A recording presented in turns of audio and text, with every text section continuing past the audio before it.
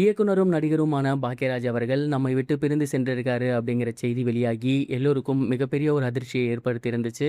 அதை தொடர்ந்து அவரை பற்றின ஏகப்பட்ட செய்திகள் வெளிவந்த வண்ணம் இருக்கு.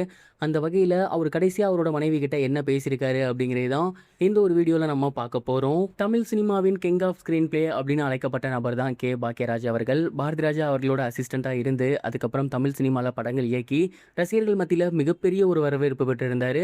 அண்ட் ஆரம்ப காலகட்டங்களில் படங்கள் இயக்கிறதோட மட்டும் இல்லாமல் அந்த படங்களில் இவரே நடித்து ஒரு நடிகராகவுமே ரசிகர்கள் மத்தியில் வரவேற்பு பெற்றிருந்தார்.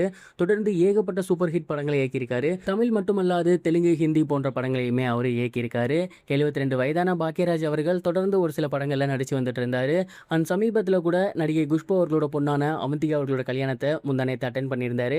அண்ட் நேற்று எப்பவும் போல நல்லபடியாகவே இருந்திருக்காரு. பட் நேற்று நைட்டே சாப்பிட்டதுக்கப்புறம் அவருக்கு இரவு சரியாக தூக்கம் வராமல் இருந்திருக்கு. உடலில் ஒரு சில அசௌகரியங்கள் இருந்திருக்கு. அண்ட் இதுக்கப்புறம் அவரோட உடல் பயங்கரமாக வேக்க ஆரம்பிச்சிருக்கு. இந்த ஒரு காரணத்தினால அவங்களோட ஃபேமிலி மெம்பர்ஸ்கிட்ட சொல்லி இது மாதிரி எனக்கு உடல்நிலை சரியில்லை, ஹாஸ்பிட்டல் போகலாம் அப்படிங்கிற மாதிரி சொல்லியிருந்திருக்காரு. அண்ட் உடனடியாகவே சாந்தனு அவர்களும் அவங்களோட மனைவி, அது மட்டும் இல்லாமல் பாக்கியராஜ் அவர்களோட மனைவி எல்லாருமே சேர்ந்து காரில் பாக்கியராஜா ஹாஸ்பிட்டல் கூட்டி போயிருக்காங்க. போகிற வழியிலேயே பாக்கியராஜ் அவர்களுக்கு உடல்நிலை ரொம்ப மோசமாகிருக்கு. அண்ட் இதை உணர்ந்த பாக்கியராஜ் அவர்கள் உடனடியாக அவரோட மனைவி கிட்ட ஒரு சில விஷயங்கள் சொல்லியிருக்காரு. அதாவது, பூர்ணிமா, எனக்கு ஏதோ ஒன்று பண்ணுது, அது எனக்கு நல்லாவே தெரியுது. அண்ட் என்னோட உடல்நிலை ரொம்ப மோசமாகுது. அண்ட் நான் உங்ககிட்ட ஒன்றே ஒன்று தான் சொல்கிறேன்.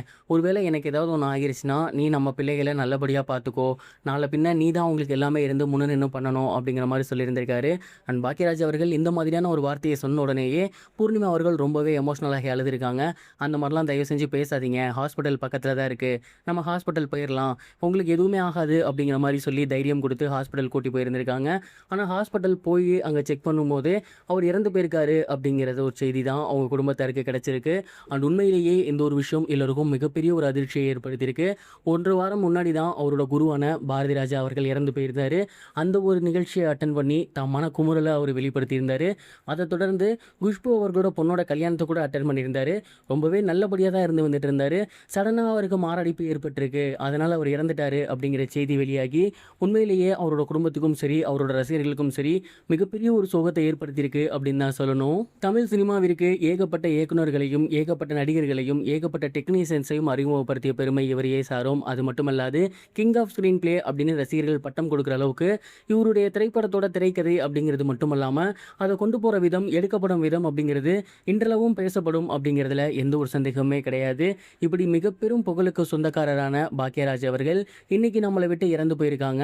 அதுவும் அவரோட மனைவி கிட்ட தன்னோட கடைசி வார்த்தையை சொல்லிட்டு இறந்து போயிருக்கிறத பார்த்து அவங்களோட மனைவி சொல்லி சொல்லி அழுததெல்லாம் உண்மையிலுமே நம்மளால் பார்க்க முடியாத ஒன்றா இருக்குது.